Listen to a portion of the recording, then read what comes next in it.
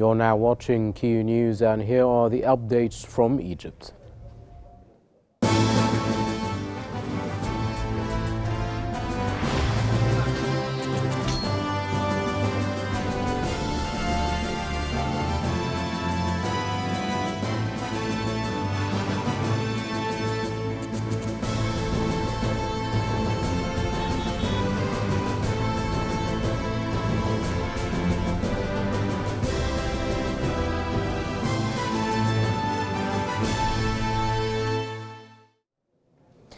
President Abdel Fattah al-Sisi has convened with top military leaders at the Strategic Command headquarters in the new administrative capital. Presidential spokesperson Ambassador Mohammed al-Shinawi has said discussions focused on regional and international developments affecting the Middle East security. President al-Sisi stressed the need for a just peace, strengthen military capabilities and continued developments to secure a prosperous future for Egypt. President al-Sisi emphasized that the region's recent turmoil highlights the urgency of Egypt's commitment to achieving a just and lasting peace. He further underscored the importance of bolstering the country's military and security capabilities to protect the homeland, while also advancing comprehensive development efforts to fulfill Egyptians' aspirations for a prosperous future.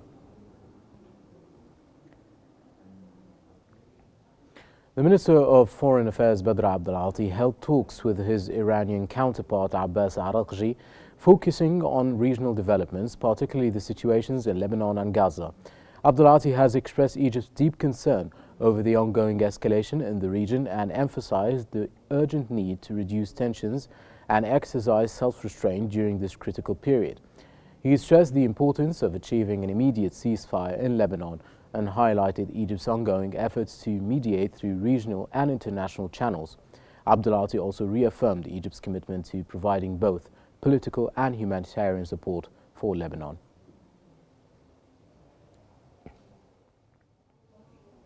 Foreign Minister Badr Abdel-Ati has underscored the importance of prioritizing climate financing at COP29 set to take place in Azerbaijan.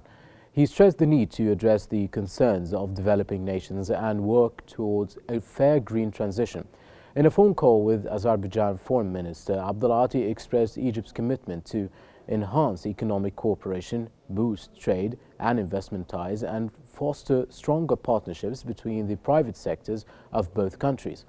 He also emphasized the significance of maintaining collaboration in international forums and supporting mutual nominations for global positions. Minister of Foreign Affairs Badr Abdel-Ati has carried a message from President Abdel Fattah al-Sisi to the President of the Democratic Republic of Congo, Felix Tshisekedi, in order to further advance relations between the two countries in all fields. In press statements upon his arrival in Kinshasa, Abdel-Ati added that the countries are linked by historical relations and that Egypt hopes to build on a solid foundation to further develop relations, especially in economic fields.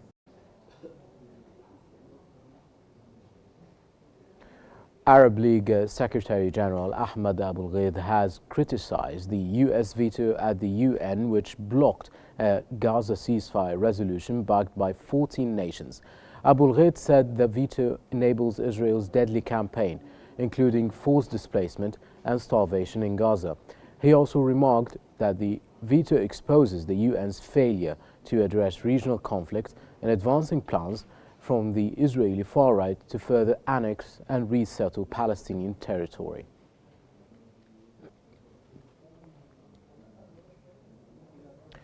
Prime Minister Mustafa Madbouli has inspected the new administrative capital for the new Valley Governorate, which features a modern sports city with 5-a-side football fields, swimming pools and a multi-purpose court and a walking track. The project also includes a solar power station with a 1.5 gigawatt capacity spanning 23,000 square meters. New Valley Governor Major General Mohammed Zamlout described the capital as the first of its kind in Egypt, designed to replicate the administrative capital in Cairo with a digital connection to it. This initiative is part of Egypt's broader strategy for digital transformation and service automation aimed at enhancing the quality of services for citizens.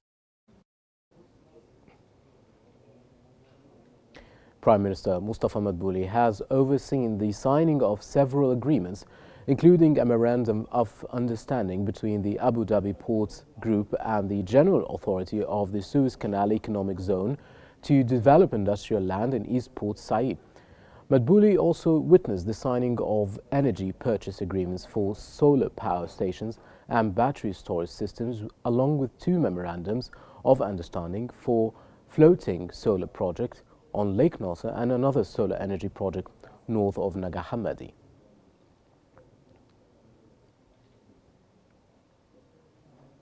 To comment on the new Egyptian deals, we are joined from Cairo by the economic expert Mohammed Al-Bawashi. Welcome to Qnews. Now, how do you view the agreements witnessed by Prime Minister Mustafa Madbouli yesterday in the fields of energy and investment?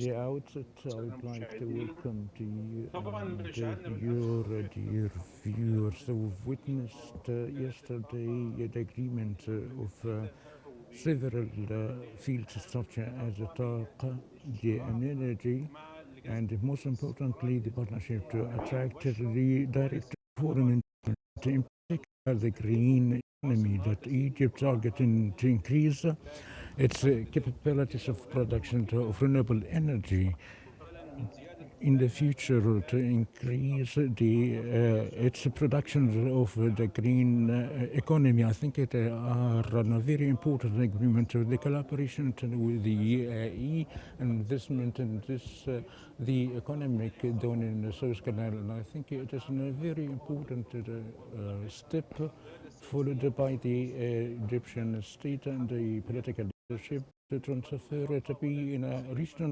hub into exchange energy such as the renewable energy. What is the importance of encouraging foreign investments in Egypt in the coming period?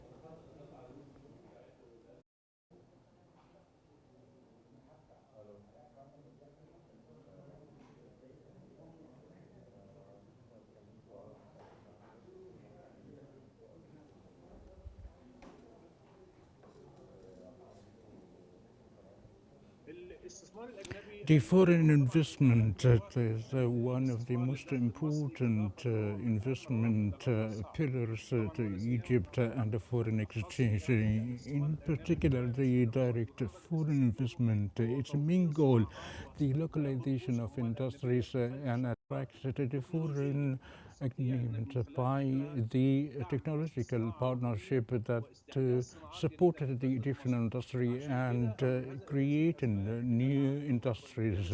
Therefore, the political leadership support all investors, in particular the local and domestic and international investment, in particular the foreign investment that they are not a capital support has in a technological side to transform the real investment based on production. Therefore, we see the signing of the agreement of producing renewable energies or revival in new industries such the revival of the El Nasr automotive factory among the Egyptian plan to transfer the Egyptian economy to be produced in several sectors and its most sectors as well.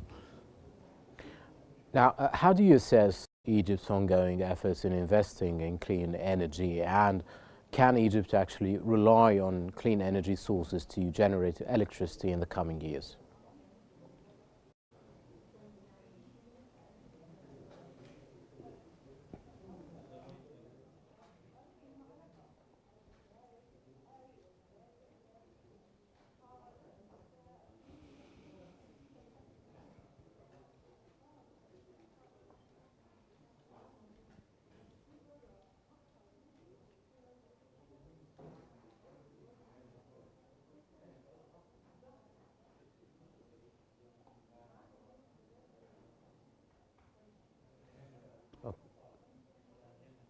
Well, obviously there's a problem with the connection. Thank you very much. That was the economic expert, Mohammed Al-Bawashi. Thank you for your insights and for joining us on Qnews.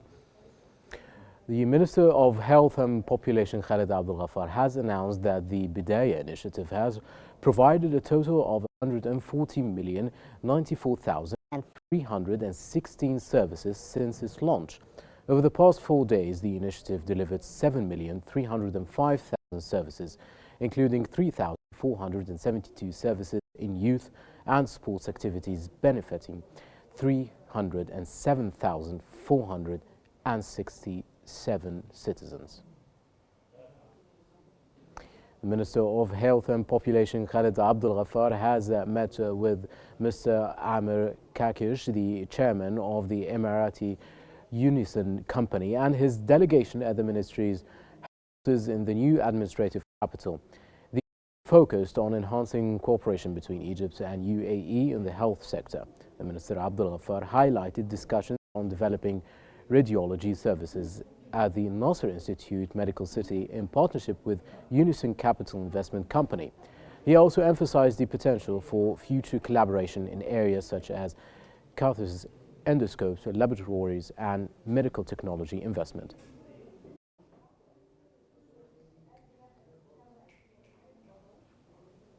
The Minister of Investment and Foreign Trade, Hassan Al-Khatib, has announced efforts to improve Egypt's ranking in the Global Competitiveness Index with the aim of reaching the top 50 globally.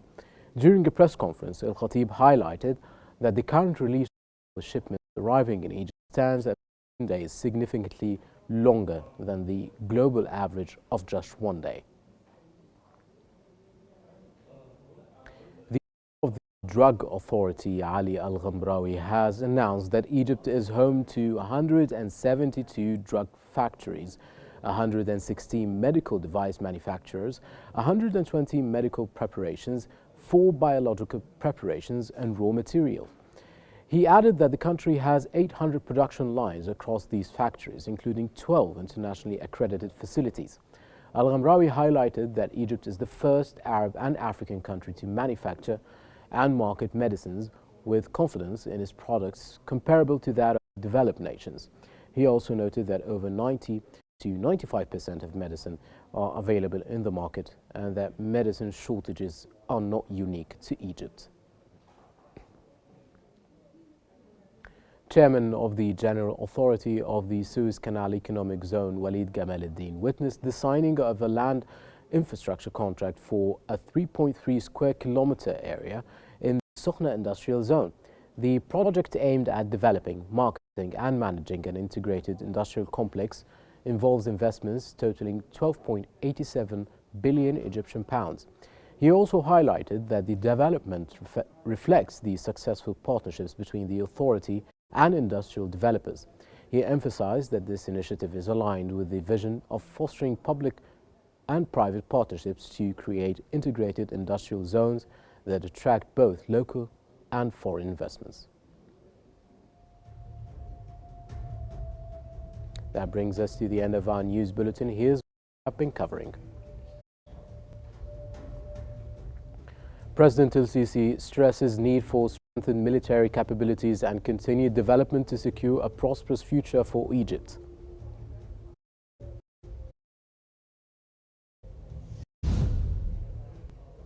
The Foreign Minister Badr Abdulati expresses Egypt's deep concern over the ongoing escalation in the region.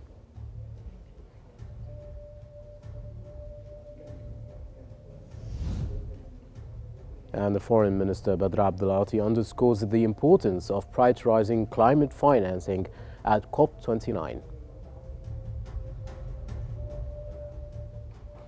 And that's all for now. Remember to stay updated by following Qnews for the latest developments.